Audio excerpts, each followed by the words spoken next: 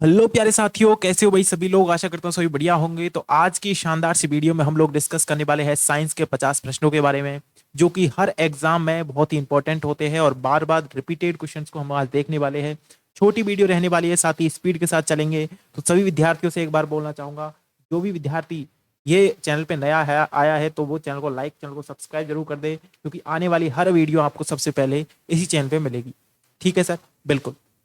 अब चलते हैं प्यारे विद्यार्थी, फटाफट से हम लोग क्वेश्चंस की तरफ। और हर उस विद्यार्थी से मैं बोलना चाहूंगा जो यहाँ पे साइंस के लिए आया है, देखो क्वेश्चंस को बिल्कुल ही रट लेना भाई। ठीक है, बार बार पूछे जाने वाले प्रश्न है तो साथ ही एक एक क्वेश्चन को अच्छी तरह से रट लेना। और फटाफट से हम लोग चलते हैं आज की इस शानदार सी वीडियो पे। पहला प्रश्न आप सभी के सामने साथी स्क्रीन पर दिया हुआ है कि विभिन्न स्तरों पर भोजन यानी भोजन पाचित रस तथा अपशिष्ट की गति को कौन नियंत्रित करता है। ए ऑप्शन है आपके सामने संवहनी।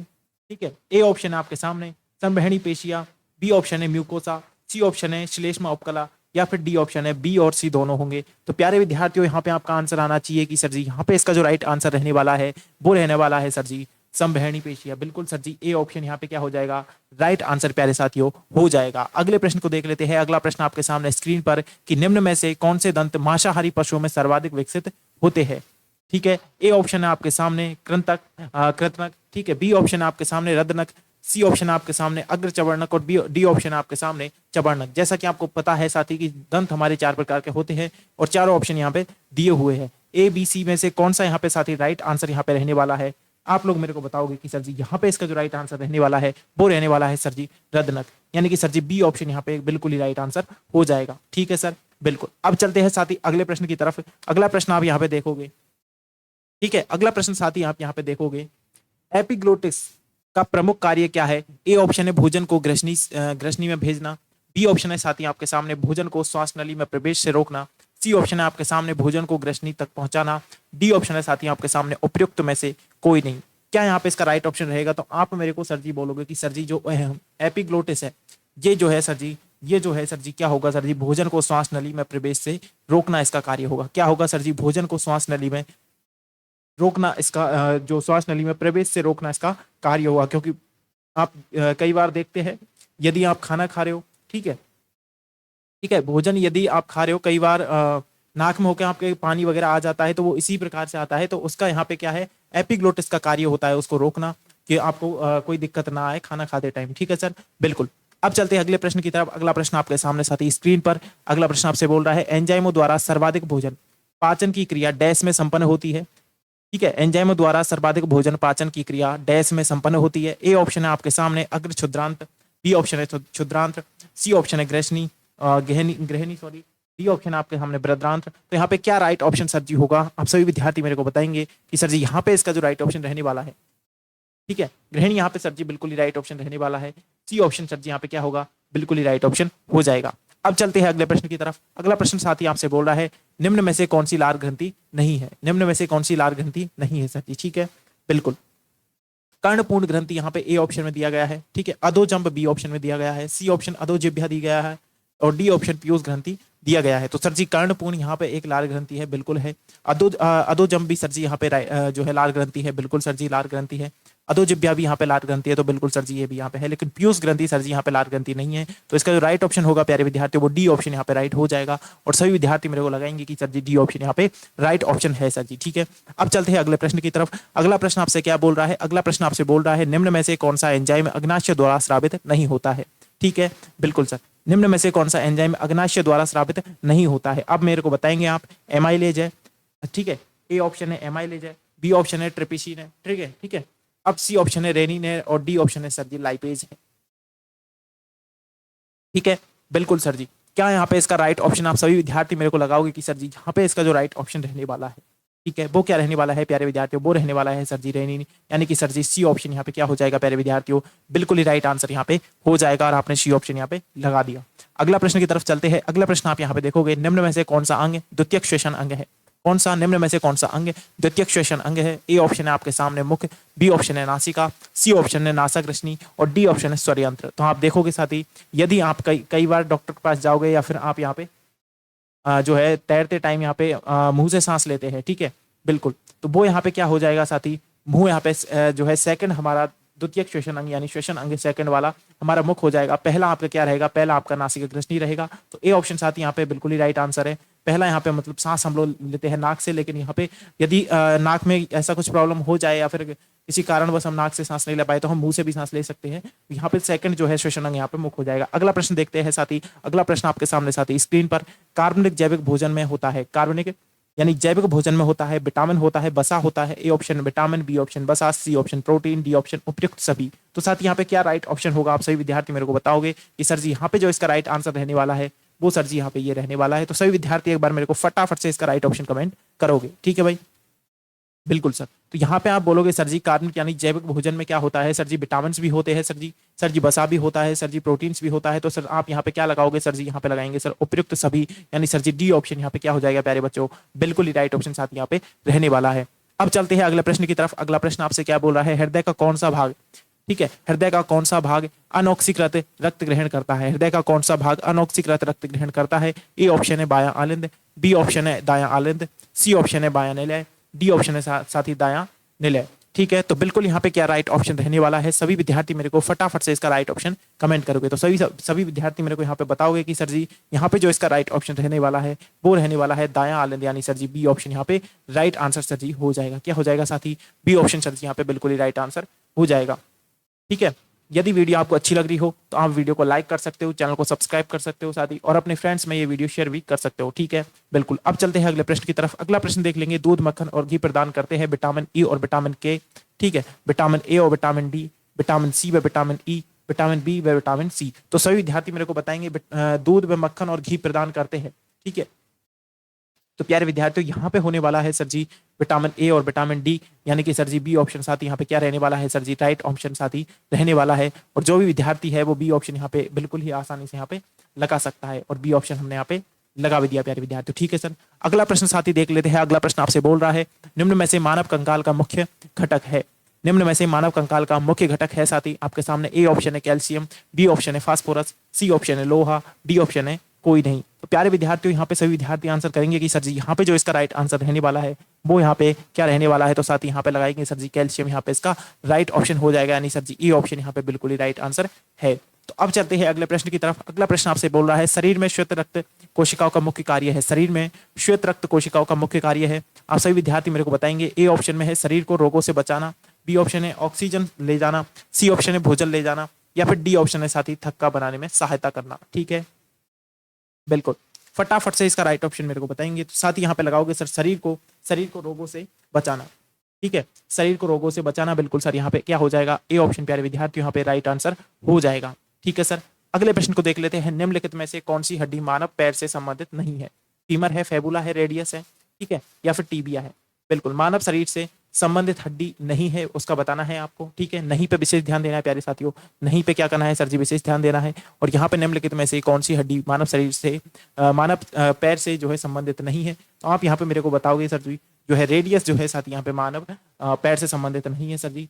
ठीक है, सी ऑप्शन यहाँ पे बिल्कुल ही राइट आंसर हो जाएगा। अगला प्रश्न देखते हैं, मानव मस्तिष्क का वजन कितना होता है, मानव मस्तिष्क का वजन साथ यहाँ पे कितना होता है वो आपसे यहाँ पे पूछा है। ठीक है, क्या पूछा है सर जी, मानव मस्तिष्क का वजन यहाँ पे आपसे पूछा है प्यारे विद्यार्थियों। तो सभी विद्यार्थी मेरे को एक बार बताएंगे कि मानव मस्तिष्क का वजन जो है कितना होता है। ठीक है, बिल्कुल यहाँ पे ये मैं क्वेश्चन आपके लिए छोड़ता हूँ SW के लिए। आप लोग इसका आंसर जो है कमेंट बॉक्स में मेरे को बताएंगे। किसमें बताएंगे सर जी, कमेंट बॉक्स में आप नीचे मेरे को कमेंट करके इसका आंसर बताएंगे। अगले प्रश्न की तरफ चलते हैं। वयस्क मनुष्य में लाल रक्त कणिकाएं बनती है, वयस्क मनुष्य में लाल रक्त कणिकाएं बनती है। ए ऑप्शन है अस्थि मज्जा में, बी ऑप्शन है प्लीहा में, सी ऑप्शन है यकृत में, या फिर डी ऑप्शन है इनमें से कोई नहीं। फटाफट से इसका राइट ऑप्शन मेरे को कमेंट करोगे कि सर यहाँ पे इसका जो राइट आंसर रहने वाला है प्यारे विद्यार्थियों वो क्या यहाँ पे रहने वाला है। ठीक है भाई, बिल्कुल सर, सभी विद्यार्थियों का आंसर जो है साथ ही आना चाहिए। वयस्क मनुष्य में लाल रक्त कणिकाएं बनती है। ठीक है भाई, बिल्कुल ए ऑप्शन है अस्थि मज्जा, बी ऑप्शन है प्लीहा, सी ऑप्शन है यकृत, या फिर डी ऑप्शन है साथ यहाँ पे इनमें से कोई नहीं। तो फटाफट से सभी विद्यार्थी इसका राइट ऑप्शन जो है साथ ही यहाँ पे कमेंट मेरे को करोगे। ठीक है सर, बिल्कुल। तो प्यारे विद्यार्थी यहाँ पे लगाओगे सर जी अस्थि मज्जा, यहाँ पे क्या हो जाएगा प्यारे विद्यार्थियों, राइट आंसर सर जी यहाँ पे हो जाएगा। ठीक है, क्या हो जाएगा सर जी, अस्थि मज्जा यहाँ पे प्यारे विद्यार्थियों राइट आंसर हो जाएगा, यानी कि ए ऑप्शन आपने यहाँ पे लगा दिया। अगला प्रश्न देख लेते हैं, आंसू किस ग्रंथि से स्रावित होते हैं, आंसू किस ग्रंथि से स्रावित होते हैं। ए ऑप्शन है श्वेत ग्रंथि, बी ऑप्शन है सिबेसियस ग्रंथि, ठीक है, सी ऑप्शन है अंतःस्रावी ग्रंथि या फिर डी ऑप्शन है अश्रु ग्रंथि। तो प्यारे विद्यार्थी यहाँ पे इसका राइट ऑप्शन क्या रह जाएगा, वो आप सही विद्यार्थी मेरे को बताएंगे कि आंसू किस ग्रंथि से स्रावित होते हैं। तो सर जी यहाँ पे सिबेसियस सॉरी सिबेसियस ग्रंथि यानी बी ऑप्शन सर जी यहाँ पे राइट आंसर हो जाएगा। सिबेसियस ग्रंथि यानी बी ऑप्शन सर जी यहाँ पे राइट आंसर हो जाएगा। अगला प्रश्न देख लेते हैं, मानव शरीर की सबसे बड़ी ग्रंथि कौन सी है, यकृत है, अग्नाशय है, जठर है या फिर थायराइड है। यहाँ पे प्यारे विद्यार्थियों सभी विद्यार्थी मेरे को बताएंगे कि सर जी यहाँ पे जो इसका राइट आंसर रहने वाला है वो रहने वाला है सर जी यकृत ग्रंथि मानव शरीर की सबसे बड़ी ग्रंथि रहती है। ठीक है, ये ऑप्शन सर जी यहाँ पे राइट आंसर इसका हो जाएगा। ठीक है, अब चलते हैं प्यारे विद्यार्थियों अगले प्रश्न की तरफ। अगला प्रश्न आप देखेंगे, वयस्क मनुष्य में कुल कशेरुकों की जो संख्या होती है वो कितनी होती है।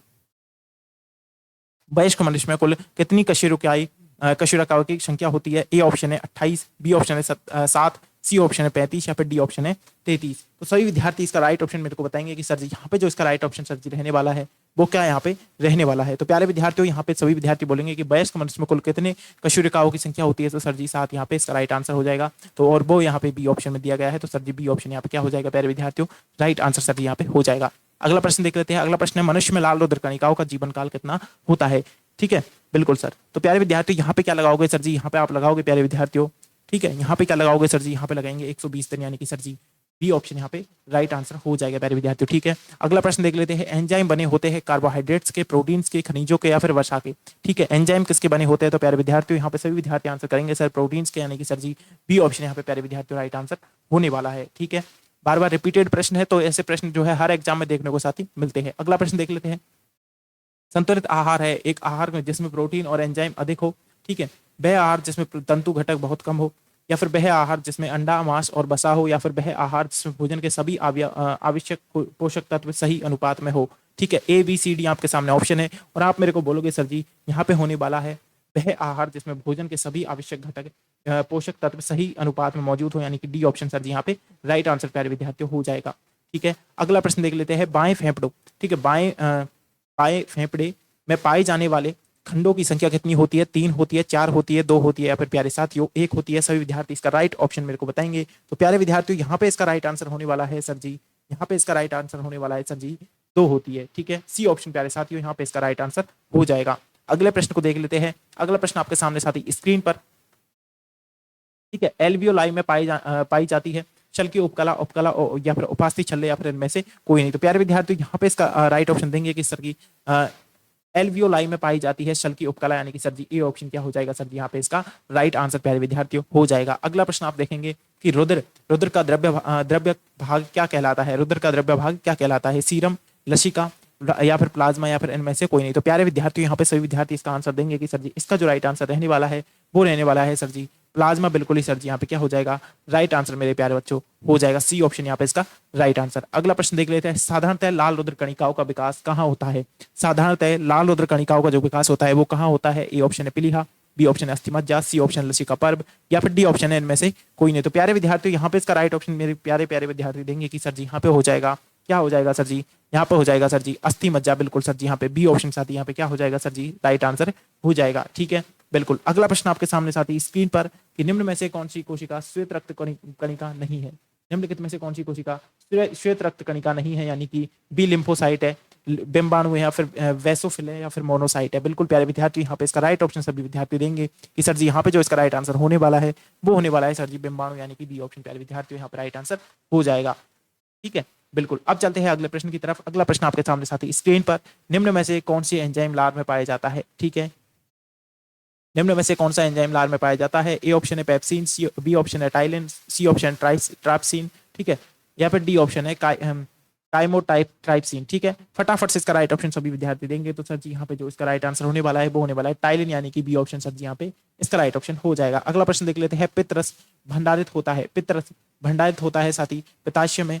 ठीक है, पित्ताशय में, बी ऑप्शन है गृहिणी में, ठीक है, सी ऑप्शन है यकृत में, या फिर डी ऑप्शन है छोटी आंत में। तो प्यारे विद्यार्थियों यहाँ पे सभी विद्यार्थी इसका राइट ऑप्शन बताएंगे कि सर जी पित्ताशय, यहाँ पे सर जी ए ऑप्शन क्या हो जाएगा प्यारे विद्यार्थियों, बिल्कुल यहाँ पे साथी राइट आंसर हो जाएगा। अब देखेंगे अगले प्रश्न को, लास्ट सेकंड क्वेश्चन आज की क्लास का, कि रोगी की जैविक मृत्यु का अर्थ शरीर के किस अंग के ऊतक की मृत्यु होना है। फेफड़े की, हृदय की, मस्तिष्क की, या फिर वृक्क की। मतलब कौन सा यहाँ पे जो है बंद हो जाता है तो रोगी की मृत्यु हो जाती है। तो सर जी यहाँ पे मस्तिष्क यहाँ पे बिल्कुल राइट आंसर हो जाएगा सर जी, सी ऑप्शन क्या हो जाएगा प्यारे बच्चों, बिल्कुल ही सर जी राइट ऑप्शन हो जाएगा। आज की क्लास का लास्ट क्वेश्चन, जैसा कि मैंने आपसे बोला था कि आपकी क्लास आज जो है स्पीड के साथ चलेगी। स्पीड के साथ हमने यहाँ पे क्लास खत्म कर दी है।